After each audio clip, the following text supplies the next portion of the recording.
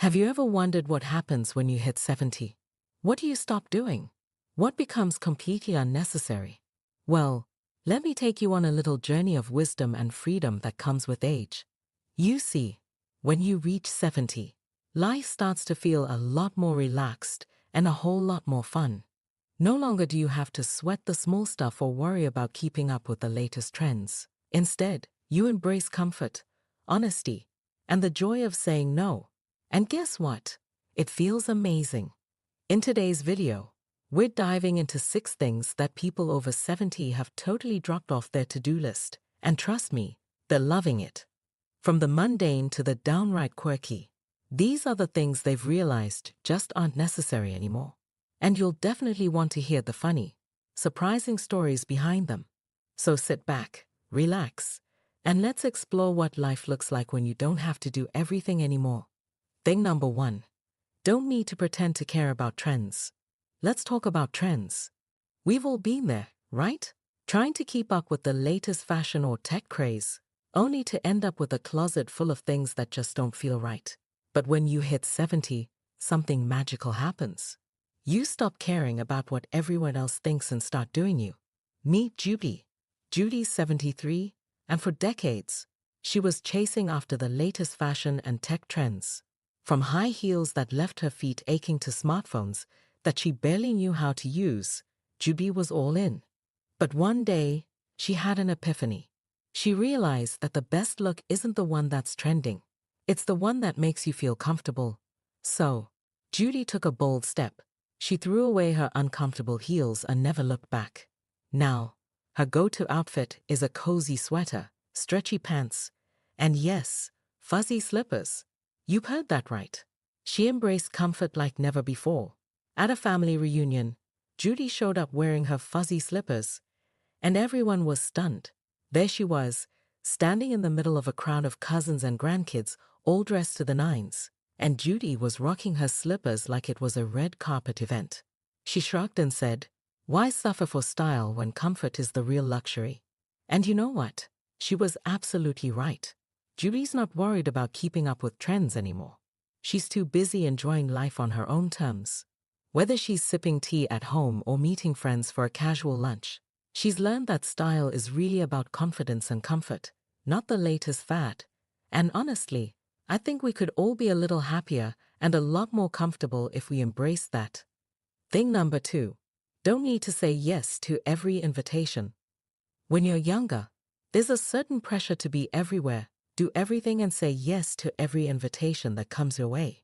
But when you hit 70, that pressure magically disappears. You realize that you don't have to go to every party, dinner, or gathering. And that's when the real fun begins. Take Fred, for example. Fred's 76, and he used to be the life of every party. If there was a social event, you could count on Fred to be there, cracking jokes, telling stories, and making sure everyone had a good time. But over time, Fred realized something. While all those parties were fun, they weren't really fulfilling. The small talk, the noise, the endless appetizers, it started feeling like more of a chore than a joy. These days, Fred is the undisputed king of the thanks, but no thanks club. If he gets invited to a party now, he doesn't hesitate to politely decline. Why? Because Fred has discovered the simple joy of staying home with a good book and his cats. There's no small talk, no crowds, just peace and quiet. Fred's new motto is, "The best parties are the ones you're not invited to." And honestly, there's something so liberating about saying no without guilt. Instead of stressing about the social calendar, Fred now prioritizes what makes him happy. Whether it's a quiet evening with his cat, binge watching his favorite shows, or enjoying a solo dinner at his favorite restaurant, he's learned that time is precious, and it's the next time you get an invitation. Remember Fred's wisdom. It's not about how many parties you attend, but about enjoying the ones that truly matter, starting with the one where you're at peace with yourself. Thing number 3. Don't need to follow a perfect routine. When you're younger, there's a certain pressure to stick to a perfect routine. Wake up at the crack of dawn, hit the gym, meditate, have a healthy breakfast. The list goes on.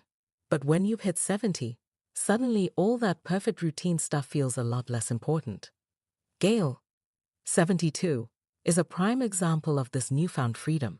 She used to be the queen of routine, waking up every day at 5:30 a.m., sharp for a brisk walk, followed by yoga, a healthy smoothie, and a perfectly planned day. She was disciplined, organized, and thought this regimented lifestyle was the key to staying youthful and energized. But one day, after a particularly grueling yoga session, Gail had an epiphany. Why was she pushing herself to fit into this rigid routine? Why not enjoy life a little more freely? That's when everything changed. Now, Gail's mornings are far from the structured schedule she once adhered to. These days, she rolls out of bed around 10 o'clock a.m., slowly gets into her robe, and starts her day with absolutely no rush. She might have coffee, she might not. Who's counting? The idea of perfection went out the window, and she started listening to what her body really wanted. Sometimes it's a leisurely breakfast. Other times, it's staying in her pajamas all day and catching up on her favorite shows. Honestly, Gail has never been happier. She's learned the important lesson that some mornings are better spent in pajamas. Why fight it? There's something wonderfully liberating about waking up and deciding that today is a no-agenda day. Forget the yoga, forget the early walk. Sometimes, a day spent lounging in your robe is exactly what you need. Thing number 4, don't need to keep up with the news. We all know how easy it is to get sucked into the news cycle, especially when you're trying to stay informed about everything happening in the world. But when you reach 70, something shifts. You start to realize that you don't need to know every single detail about every world crisis to live a happy, peaceful life. Walter, 74, is a perfect example of this liberating shift. He used to watch the news religiously every evening. He'd sit in his favorite chair, eyes glued to the TV, following every breaking story. At first, he felt like it was his duty to stay on top of things. But over time, he started noticing something. The more he watched, the more anxious and stressed he became. The constant barrage of bad news started to weigh him down. One day, Walter had an epiphany. Why put himself through all that anxiety when he could just not? So, he made a choice: no more nightly news. Instead, Walter's evening ritual is a complete 180. He settles down with a bowl of popcorn and watches reruns of his favorite sitcoms. Yes, reruns. The same episodes of The Golden Girls and Cheers he's seen 100 times, but he's never tired of them. His stress levels have dropped, his mood has lifted, and he's discovered the bliss of not knowing every detail about world events. It's a refreshing change. As Walter says, I'd rather be laughing at Dorothy's sarcastic one-liners than worrying about the latest headline. And you know what? I think he's onto something.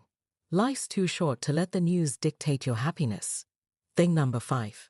Don't need to be polite all the time. When you're younger, you feel like you have to be polite all the time, nodding and smiling through awkward conversations, making sure you never offend anyone, and constantly biting your tongue. But when you reach 70, you start to realize something. 77 learned this lesson the hard way, and now she's a proud member of the Say It Like It Is club. She used to smile and nod no matter what, whether it was about a casserole she didn't want or a topic she had no interest in. But one day, Ethel snapped. She looked her neighbor in the eye and said, "You know, you really should mow that lawn. It's starting to look like a safari out there." That was it. No more sugarcoating. No more pretending. Ethel had spoken her mind, and she was liberated. Now, she's more honest than ever. Whether it's telling her daughter-in-law she doesn't need another casserole or calling out her neighbor's overgrown lawn, Ethel speaks her truth. Her newfound honesty has made her feel lighter and more powerful. And the best part, no one holds it against her. People respect her for saying what's on her mind, even if it's not always what they expect to hear. Thing number 6. Don't need to keep apologizing. When you're younger, you're taught to apologize for just about everything. If you sneeze too loudly, bump into someone, or even take up too much space in a crowded room. But when you hit 70, something amazing happens. You stop apologizing for every little thing. Harry, 70, learned this lesson in a way that made him a legend in his community. He used to apologize for everything. If he sneezed too loudly, he'd mutter, "Sorry." If he accidentally bumped into someone, he'd offer a long string of apologies. But one day, Harry had a breakthrough. He asked himself, "Why am I constantly apologizing for just being me?" From that moment on, Harry decided he'd stop apologizing for every little thing. Now, if Harry bumps into someone, he might crack a joke instead of apologizing. If he knocks something over at the store, he laughs and says, "Well, that's one way to make a statement."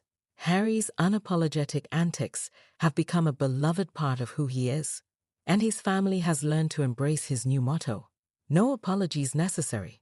Conclusion. And there you have it. 6 things that folks over 70 don't need to do anymore. And trust me, they're living their best lives because of it. From ditching the need to keep up with trends to embracing honesty and unapologetic joy, it's clear that age brings freedom in the best possible way. Thanks so much for watching. If you enjoyed this video, let me know in the comments. Drop a 9 if you're ready to embrace life like these legends, or a 0 if you still need a little more time to let go of those old habits. Either way, I'd love to hear your thoughts. Take care, and I'll see you